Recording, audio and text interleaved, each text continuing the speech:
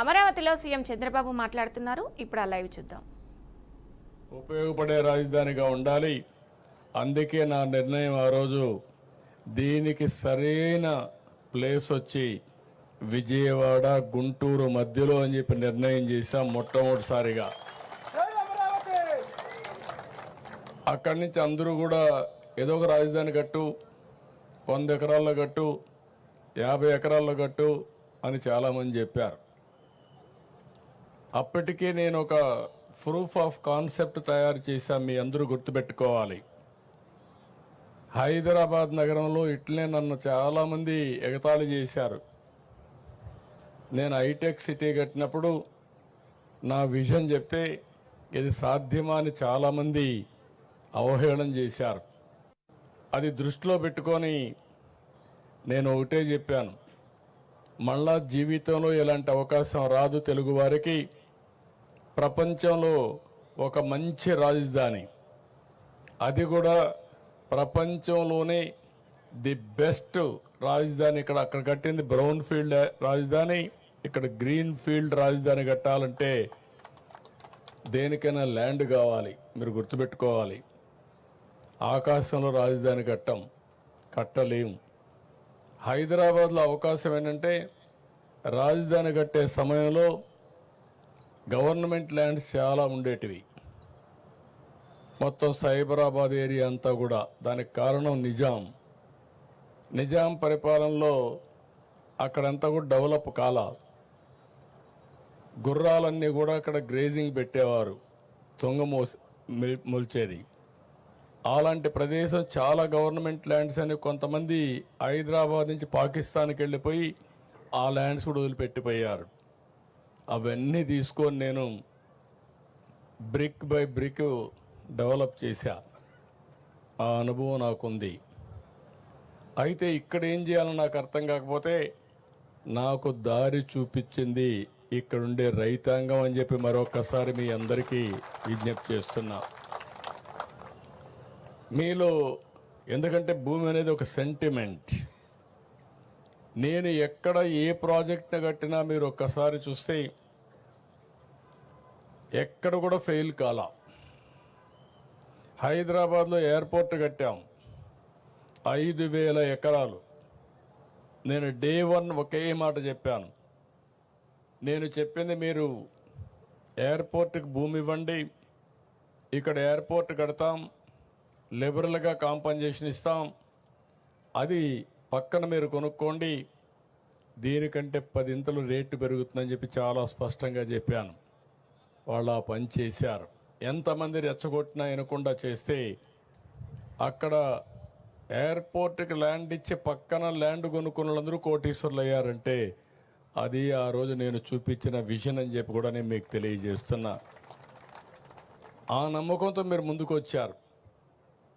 ముందుకొచ్చి దగ్గర land pooling concept ఇది ప్రపంచంలోనే నూతనమైంది. ఎక్కడ ఏ దేశంలో కూడా సక్సెస్ కాల.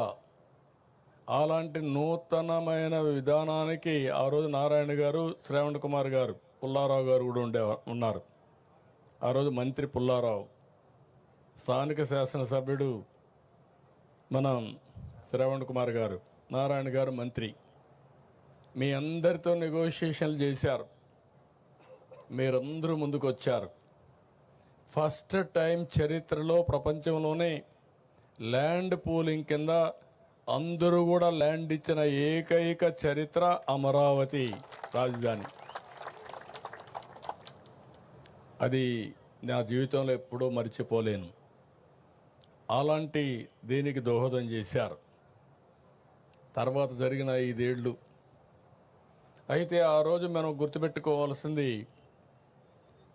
ముందు రాజధాని ఎక్కడ పెట్టాలని నిర్ణయం జరిగింది.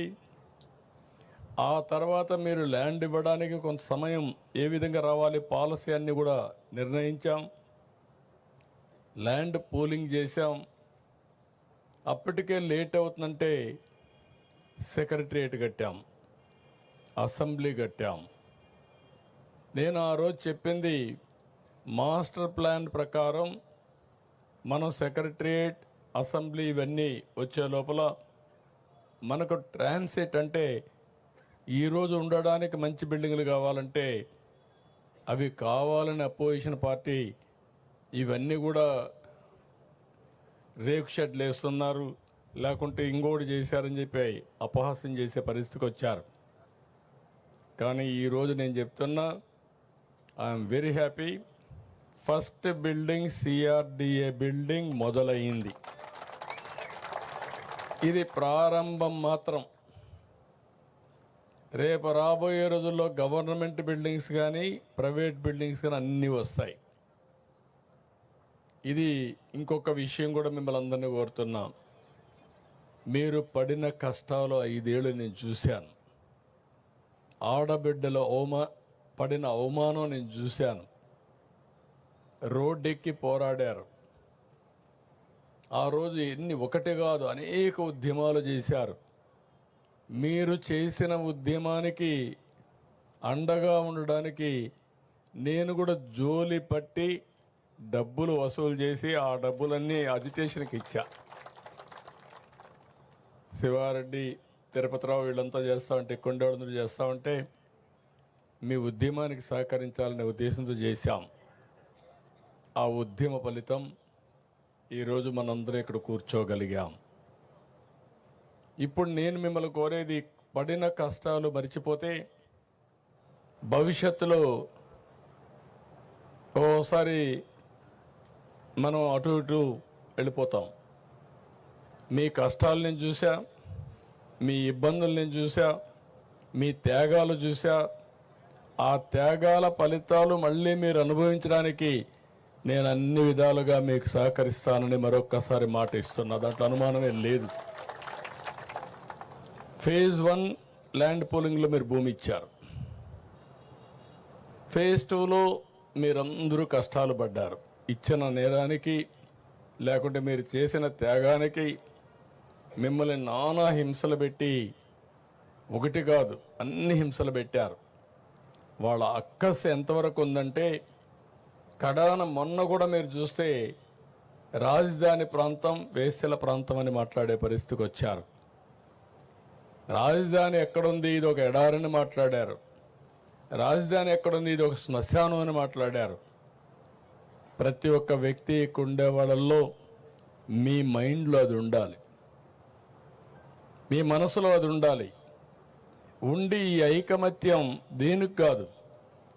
ఈరోజు ఈ సిటీని బ్రహ్మాండమైన సిటీగా నేను ఒకటే ఆలోచిస్తున్నా, నేను విజువలైజ్ చేసి చెప్తున్నా.